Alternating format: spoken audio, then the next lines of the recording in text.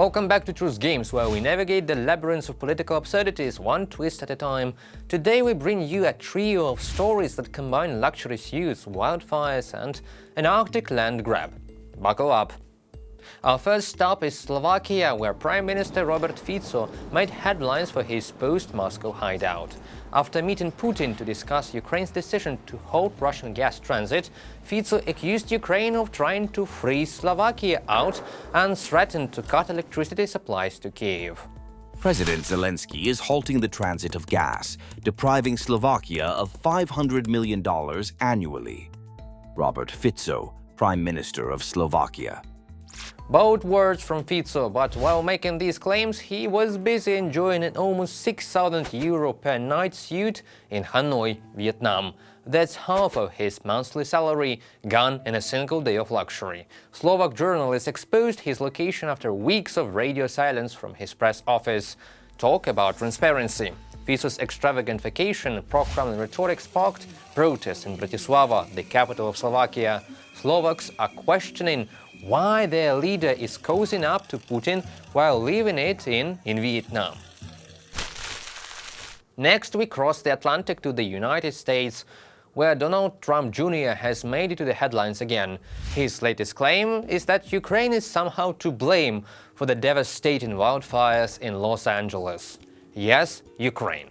Here's the truth. The LA Fire Department did send surplus equipment to Ukraine in 2022, equipment they no longer needed.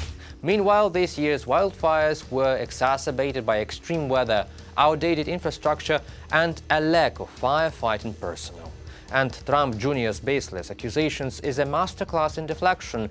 Blaming Ukraine for California's wildfires distracts from the real issues and fuels division. This was taken upon in the Kremlin-controlled media at once, and the narrative is spread on their broadcasts.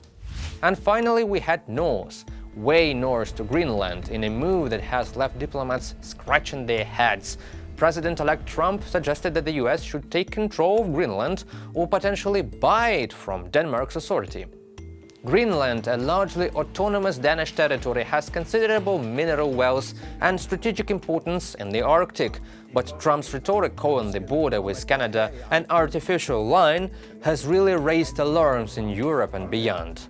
Russia, of course, is watching closely. The Kremlin ridiculed Europe's timid response while reiterating its own Arctic ambitions.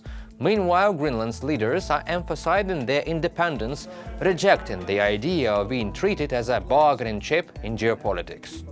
From luxury vacations and wildfires to Arctic land grabs, this week's stories reveal a troubling pattern: leaders and influencers using misinformation and distractions to avoid real action.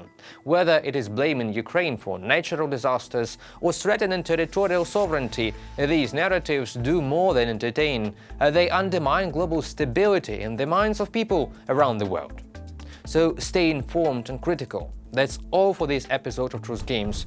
Remember to subscribe and like to the channel, and join us next time as we continue to expose the games that people play with the truth.